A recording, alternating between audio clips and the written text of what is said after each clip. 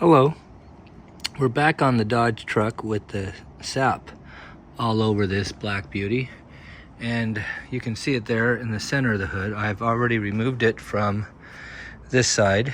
Thought I'd show you what I learned. One of the things I learned is that it was on here a long time, because right there's a stain. I'm not sure if the camera can pick it up or not, but there's some stains left over by the sap, and they look like the sap is still there. But when you feel it, I'll set this down. When you feel it, you don't feel it. It's smooth and beautiful feeling. But when you feel it, you also find areas that you missed, because right here, there's a little tiny sap I missed. And there's a piece here, and down here, there's a piece. So when you think you're all done, take your hand. Your hand will find all the spots you missed. And then get those spots before you bother using your machine or, clay barring. I don't clay bar with sap. I remove the sap and then I'll clay bar it. And then I'll get out my machine and polish the paint. If the car doesn't need to be polished, sap wasn't on there very long and I got it off just fine, then I'll apply the wax, because using what I use to remove the sap and what you use to remove the sap will probably remove your finish that you've put on, whether it be wax or ceramic coat. I use denatured alcohol about 90% of the time, but on occasion I will use a product made by Adams, and it's quite simply called tar. It works faster, but it costs considerably more. I find that denatured alcohol is actually the least expensive out there. I'm not an advocate for using WD-40 or peanut butter, just because I think that's for when you don't have anything, and that's all you have. Then, at that point, you use what you have. So, yeah, as I move around here, I see the sap here. So what I do is I grab one of my old stained microfiber rags. I lay it in the area that I'm going to be working, like that. I grab my denatured alcohol, which it says all over the jug so I don't mistake it for anything else in large print. Pour it on the rag. And with my gloved hand, I just start massaging it in, and it just starts working.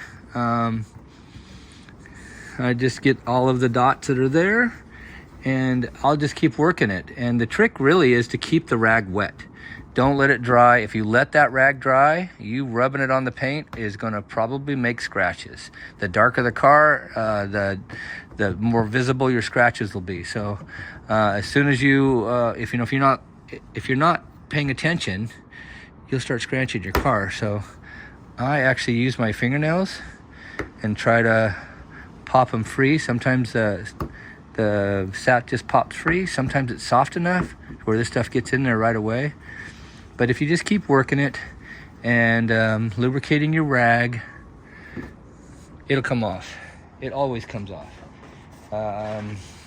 It takes patience. Sometimes people aren't willing to spend that kind of patience. And they bring the car to me because they just don't want to deal with it. And I'm okay with that, because I enjoy it. I enjoy making cars look better. That's why I'm going to machine polish this hood when I'm done, and it's going to look at least as good as new. Hopefully better than new. This is a 2000, I think it's an 18. Don't quote me on that, but I think it's right around an 18. And yeah, she did not want to deal with the sap, and the roof is really bad. I'll spend with getting the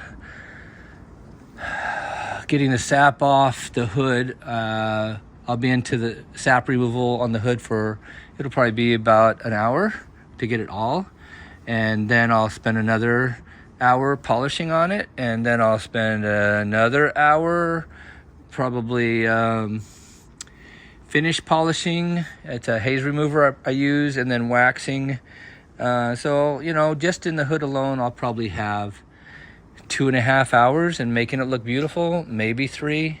It'll take however long it takes. That's the bottom line. I don't put a time on it. I just work on it until I'm pleased with the job. And I work on the car like it's my own, and I would recommend you do the same thing. If you're helping a buddy or something, just, you know, be proud of what you do and do what you're proud of.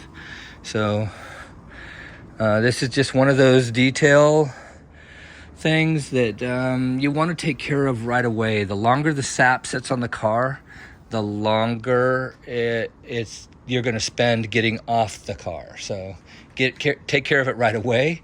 And fresh sap with denatured alcohol, you'll remove it in about a dot of sap will take you about 30 seconds to get it removed if you get it within the first couple of days. So that time period grows as long as it stays on the car. So thank you for joining me at Blind Man's Garage, and please hit that subscribe button, give me a thumbs up, and if you have a comment or a question, please feel free to post that, and I'll do my best to respond if it's a question. And I'll just tell you right now, I appreciate you viewing, and any comments you have would be appreciated. Thank you for joining me at Blind Man's Garage. Hello, thanks for joining me. We're back on that Dodge Ram truck where I stripped all of the sap off of it. I have clay barred it, and if there's any doubt, listen to this.